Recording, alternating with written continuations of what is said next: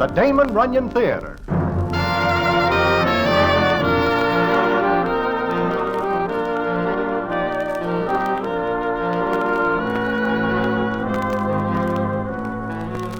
Once again, the Damon Runyon Theater brings you another story by the master storyteller, Damon Runyon. And this one may be a queen. And to tell it to you, here is Broadway. Thanks. This is a story about a guy and a doll. The guy's name is Jack O'Donoghue, who is a shoe clerk. And the doll's name is Ida Peters, who is one of the advantages of being in the first row at a musical comedy where the view is good. It begins on a summer night sometime back in Bryant Park at 6th Avenue and 42nd Street. Various citizens are enjoying the night air, and the benches are in good use. But it so happens that Jack is sitting on one that has nobody else on it. That is, until up walks Ida Peters and sits down. Then the scene is as follows. Excuse me, miss. What for? Well, you see, Look, I came here to get a breath of air. I am not trying to find company. It so happens this was the only empty spot. I know that, miss, but you see, my hat. What? You're on it. Oh, I'm sorry. It's okay. It's not a very good hat. Here. Thanks. Yeah. Well, good night. Just a minute. Yeah? I'm sorry I blew my top like that, but... Oh, well, it's all right. I guess you thought I was being fresh. Sure, but I should have known better. You sure? Uh-huh. When you got up just then, the light hit your face. Oh, well, now I'm sorry. For what? I should never stand in the light.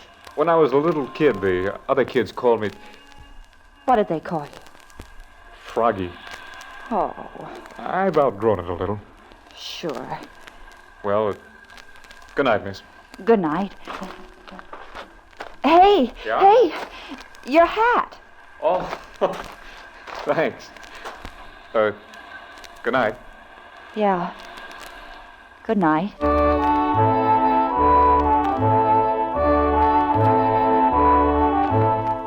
That is the way it begins.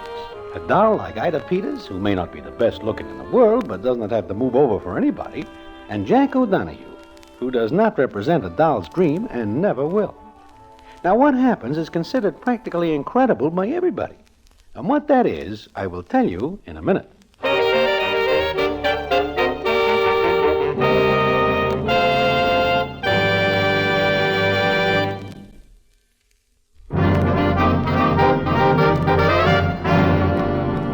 And now, back to the Damon Runyon Theater and the famous story, Maybe a Queen.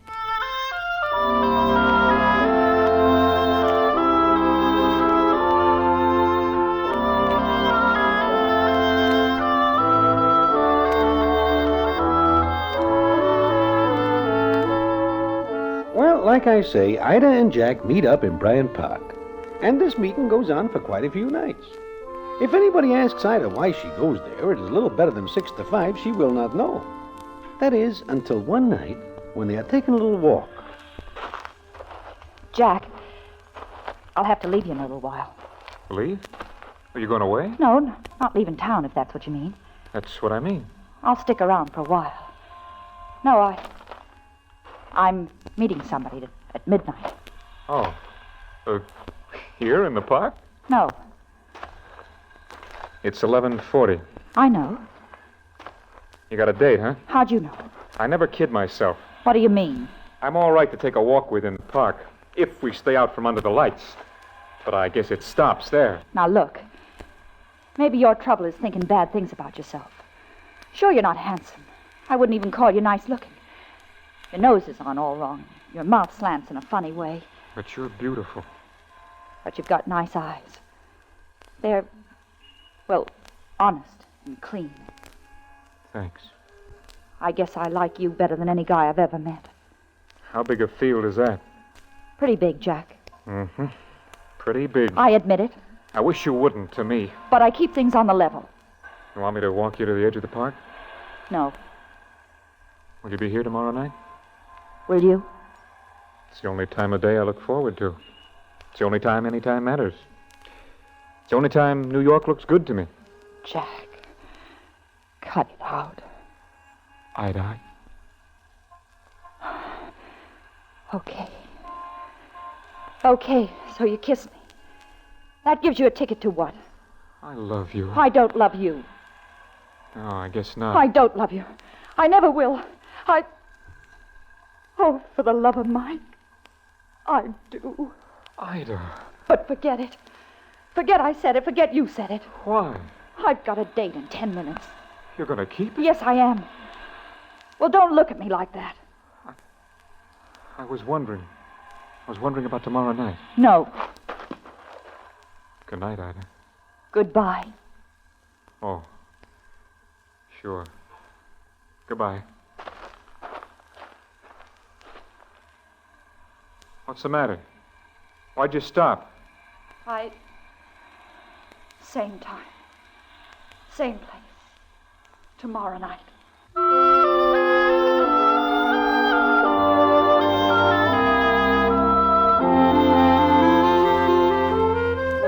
So now Ida is in love with Jack, and he certainly is more than somewhat gone about her. But all it ever amounts to is those meetings in the park. And why? Well, I find out about 2 weeks later when I run into Ida in Mindy's. Or she runs into me while I am sitting there. Hello, Broadway. Hello, Ida. Sit down. Thanks. Show is going all right? Fine. Anything wrong? Wrong? Why? Do I look it? Uh-huh. Yeah. Everything's wrong. You know Jack O'Donohue? Slightly. He's a clerk. He hasn't got a dime, and he never will have. There are some people who have the knack of being able to stay flat broke. Well, why does it have to be him? Is he very special? Extra. I am listening. Broadway, take a good look at me. It is a pleasure. What do you see? Lots. I'm good looking. There is no exaggeration in that. Lots of guys go for me. That is a well-known fact. I could do all right, Yes, you could. but not if I marry Jack. He asks you? Tonight. But I won't. I swear I won't. Why should I? I can do better, lots better. That is true. You ever live in a one-room flat in the tenements? In the summer, it's so hot, the air's like a blanket with hot water poured over it. In the winter, you put on all the clothes you've got and still you freeze. You hear the kids yelling and the neighbors fighting. You ever live like that? Yes, I do. Well, you want to go back to it? No. Then why should I? I have got no answer to that. I can do all right. There are 100 girls who did all right. Grabbed themselves what they could. Even titles, like a duchess, countess. Why shouldn't I?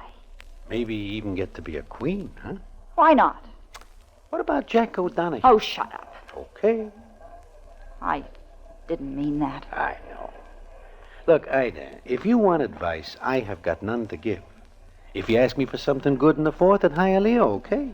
If you want to know where there is a quiet game where somebody can turn a few bobs, okay, too.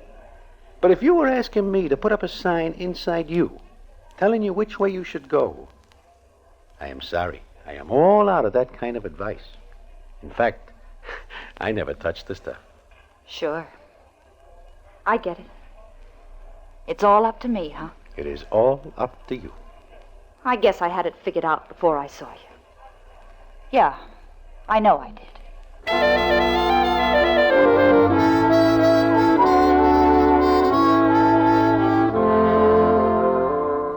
So the next night, Ida meets Jack in the park as usual.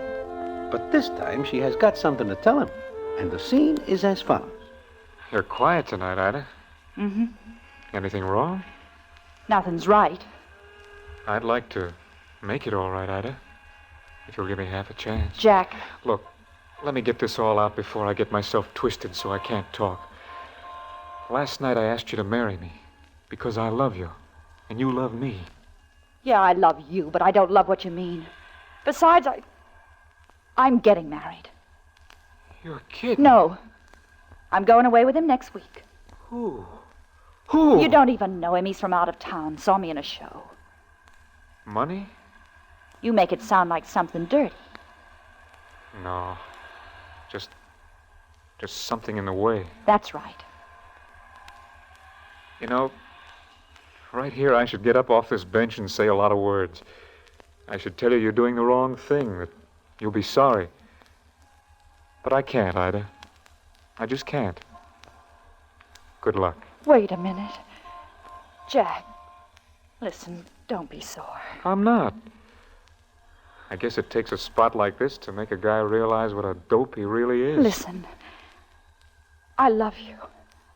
I'm going away, but I'll be back. When? A year from tonight, right here, to see you. What? Sure, both of us. Just like the first night we met, right here. Every year on the same date. Why? Why, Ida? I don't know. Maybe it's just that I gotta have that much left of us. If you get married, do the same. You mean that? I swear it, Jack. Okay, Ida. I'll be here. Every year, same date, same time. So will I.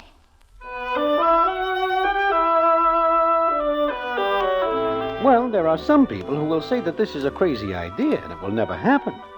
But if you will wait, I will tell you how wrong some people can be. And I will also tell you what happens because of it in a minute.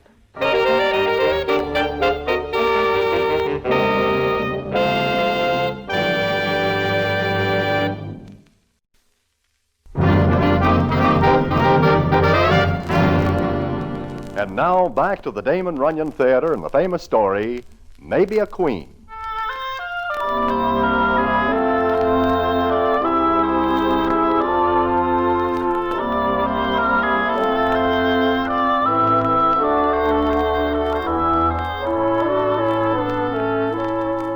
Well, Ida does get married, and she does leave New York. And the guy she marries has more than enough of the stuff that makes the world go round in an expensive way. Then it is a year later, and the scene is the same spot in Bryant Park where Ida and Jack first meet. It is exactly the same time. And what happens is this. Hi, Ida. Jack, how are you? Pretty good. Gonna sit down? Sure. Of course I am. How you been? Wonderful. Oh, you look swell. You're as beautiful as ever. But are you happy, Ida? I've got what I want. Well, makes it okay, I guess. How's your husband? I don't know. We've separated. Oh, I'm sorry. Don't be. Somebody else has asked me to marry him. I can go to Reno and get a quick divorce. Sure, that's easy. The man who wants me to marry him is wealthy. Wealthier than the first. Mm-hmm. But, Jack, you and I, Yeah, what about us, Ida? What about us? we love each other. You still love me. I've never been able to talk myself out of it. Nor I.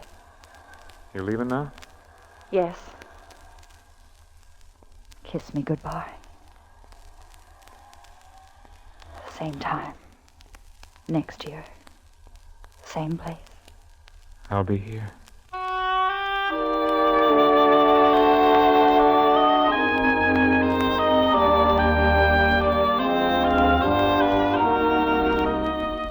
So Ida and Jack leave it that way.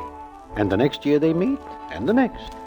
Meantime, Ida keeps making good scores for herself. We are keeping count along the stem, and the book shows 4 husbands and some financial arrangements which are certainly not 5 and 10. But there is never a word of bad talk, and she tells each husband about Jack and their meet.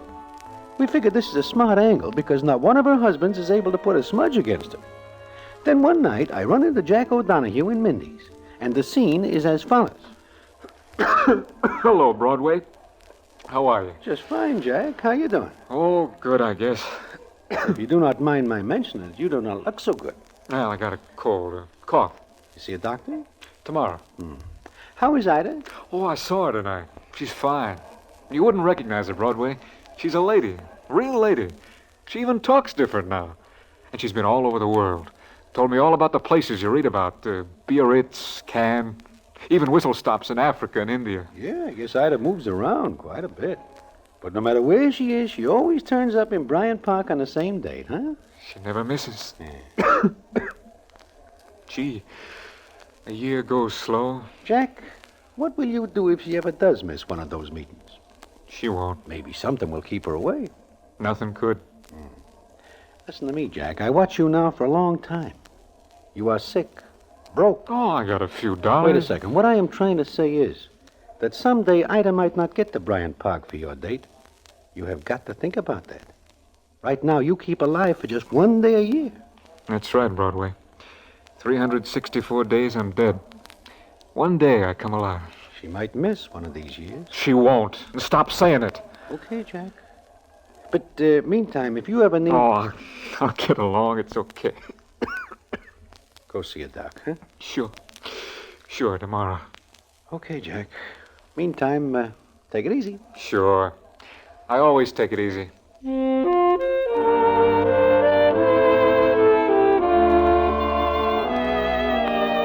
And some more years go by, and some more. We watch Jack, and for every 1 year the rest of us live, Jack puts on about 5. He gets gray, and it seems he cannot hold on to a dime. He just does not care. And meantime, Ida Peters adds to her score. We see her picture in the papers quite a bit, and always in society. Each new husband is a step up for her, until finally she hits dead center of the target. I read it in the Bledge. So does Jack. And when they meet again in Bryant Park, the scene is as follows. I read all about it, Ida. It's swell. Thank you, Jack. Guess this will be our last time together. What makes you say that? Oh, Jack, you're sick. Broadway told me you won't see a doctor. Oh, I'll be all right. I didn't mean I was going to kick off. I just meant you'd be living in Europe, now that you're going to marry a prince. Yes. I walked up the ladder without missing a single rung. There's no place else to go. I guess this is it, Jack. What I've always wanted. They say he's a pretty nice guy. Yes, he is. And I told him about you, Jack. No? What did he say? It was one of the conditions under which I'd marry him, that I'd see you every year. All the way from Europe? If I have to, yes. He hasn't got a country. There was a revolution. But he's a prince, and you'll be a princess. Princess Ida Peters Watkins Van Goring Courtwright Benson Morgan Stooping de Moran. The last name will be on my stationery. The others were the rungs. But you'll be here next year. I promise. I've never missed. Please, don't ever. No matter what happens, I'll be here.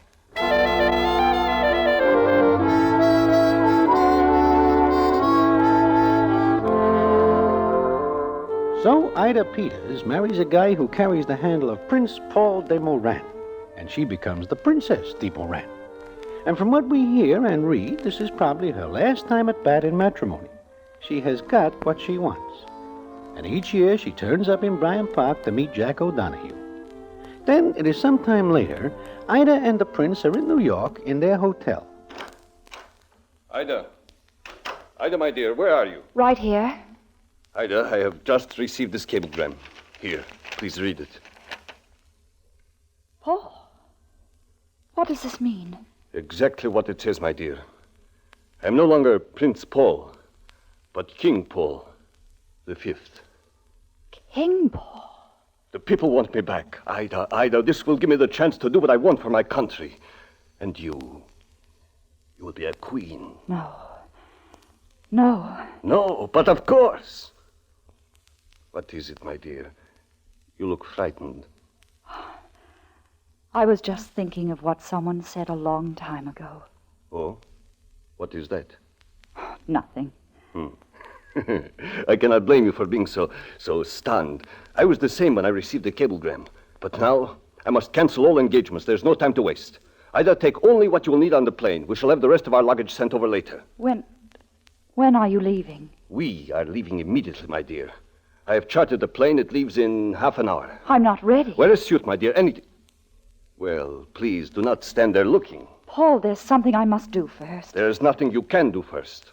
I must be in my country tomorrow afternoon at the latest. Paul, I'll join you there later. You cannot. They will want to see you. Think of it, Ida. We will be... I'll join you later. The day after tomorrow. There's something I must do tonight. Oh, this Jack O'Donoghue. Yes. No. That is over. Please, Paul, listen to me. No. You will listen to me. For a long time now, I put up with this sentimental nonsense you feel for this man. It's not nonsense. That is all it is. As long as I am an expatriate, it does not matter. But now that I go back as king, and you as queen, there must not be one breath of scandal. Scandal?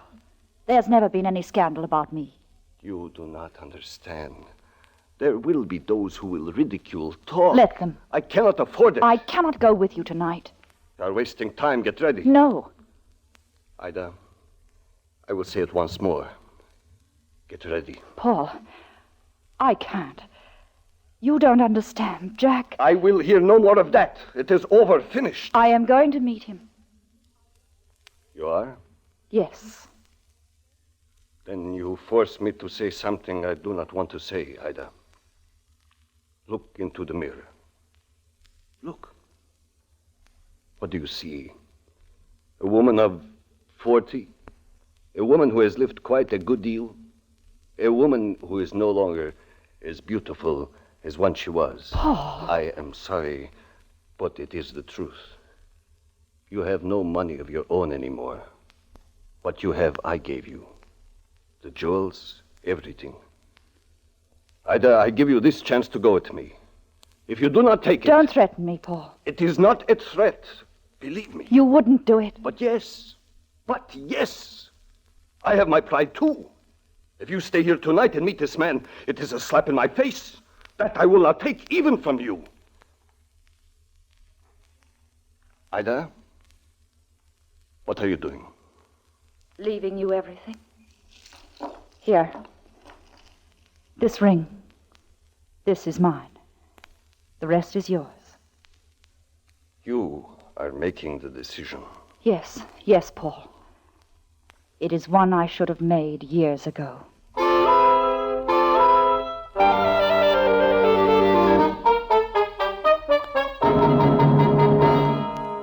Broadway. Hi there. Hello there. Have you seen Jack? Jack? No, why? He's not in the park. He is not at...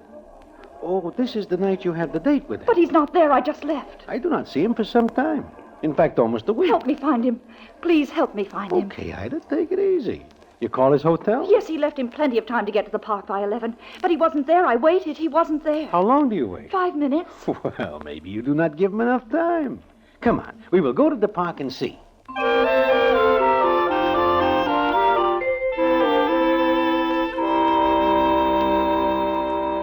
You see, he's not here, Broadway. This is the place. Yeah, I see he's not here. Where is he, Broadway? Where is he? You are very excited. He's got to be here. He's got to Hey, be. there is a taxi pulling up. Although I do not think Jack has enough tour to take a cab from here to 5 feet away. Broadway, it is. It's Jack. Yeah, but... Come on. Look, buddy, please, let me get you to a hospital. I said, take me over there. Jack! Ida, honey. Hey, you, Hacky, what is the matter? He stepped right in front of me, ran out on the street. I was late, Ida. I was trying to hurry. Honest, it wasn't my fault. He steps right in front against the light. He won't let me take him to a doc or a hospital. Sad he had to get here. Told me he'd kill me if he did. I think he would have. Jack! Broadway, It is bad, Ida. Real bad. Look, let's get him to a doc or something, please. No, never mind. It wasn't your fault. Go away. Please, go away. Mister, It is okay, fella. We will take care of him. You got my number in case. Sure. Let me sit down here. Here, take it easy, Jack. Sure. Broadway. Stop that driver. We're going to the hospital. No, it's no use, I'm telling you. It's no use. I'm kind of busted inside. I would have waited for you, Jack. I would have waited. I know, honey. But I always like to be here first. Gee, Ida, I'm sorry I was late. Late. You. I'm the one who's late. Very late.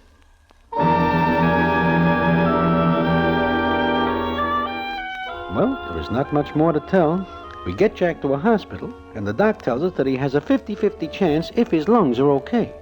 But they are not. It is some hours later when I and Ida leave the hospital, and Jack. There is nothing more to do. But the story is not over. And what the payoff is, I will tell you in a minute.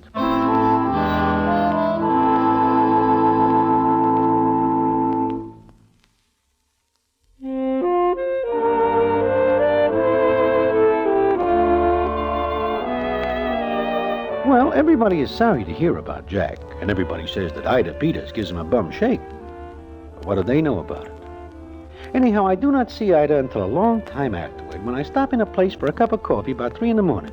And who is there but Ida? She sees me, gives me a smile, and says, I'm very glad to see you, Broadway. "And me, you. It is a long time. Uh-huh. Why do you not come around anymore?" I'd have to pass the park. Well, you could go the other way. I can't. Yeah. You are looking well. Okay, I guess. You never change. Oh, I am a landmark. If I change, a lot of people will lose their way around the stand. Sure. I see by the papers that the prince is now a king, Yes, he is. and you could be a queen. Like rolling off a log. What are you going to have? Me? Coffee. Coming right up. You know, I'll bet this is the only coffee joint in town with a waitress whose ex-husband is a king.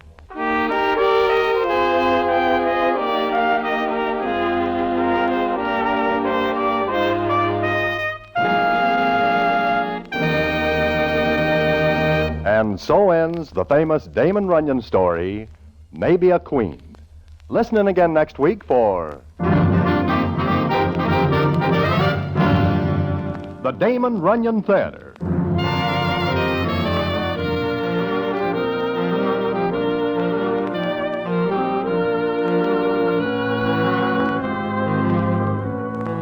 The Damon Runyon Theater, with John Brown as Broadway, is directed by Richard Sandville, and the story is adapted for radio by Russell Hughes.